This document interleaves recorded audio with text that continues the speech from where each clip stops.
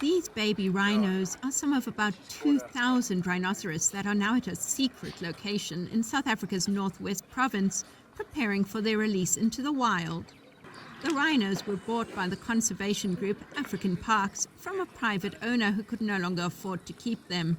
There's a bit of a conservation and a moral obligation for these rhino that African Parks definitely feels that they had to step into the space.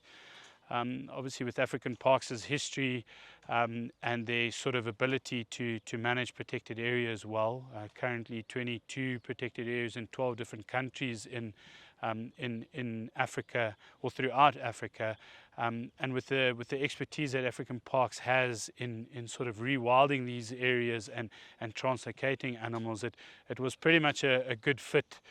The animals on this farm, which used to belong to John Hume, a multimillionaire who set up a rhino breeding project, account for about 15% of the world's southern white rhino population. Southern white rhino, found in South Africa and neighboring countries, have been heavily poached for their horn and are classified as near threatened.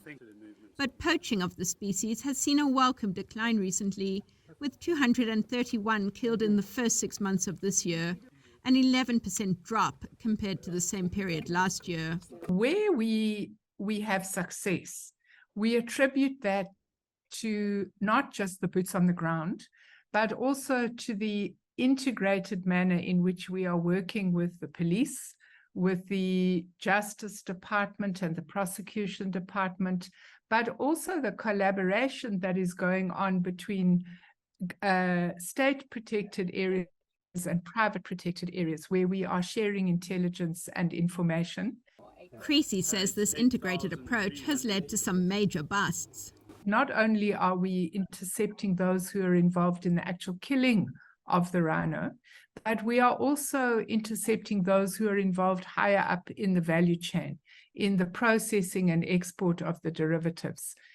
African Parks, whose president is Britain's Prince Harry, has a tough task ahead of it when it comes to finding suitable areas to release the 2,000 rhinos over the next decade, according to Michael Knight of the International Union for Conservation of Nature. Look, I think it's a great opportunity that African Parks, to all their credit, have taken it on. It's a tough move, and I'll tell you why, because trying to make sure that you've got enough suitable and large areas to take these rhinos is also a tough ask. A lot of people and organizations are weary to take on rhinos because of the liability that comes with them. Despite those challenges, this rhino population is one step closer to getting the new homes they need. Kate Bartlett for VOA News, Northwest Province, South Africa.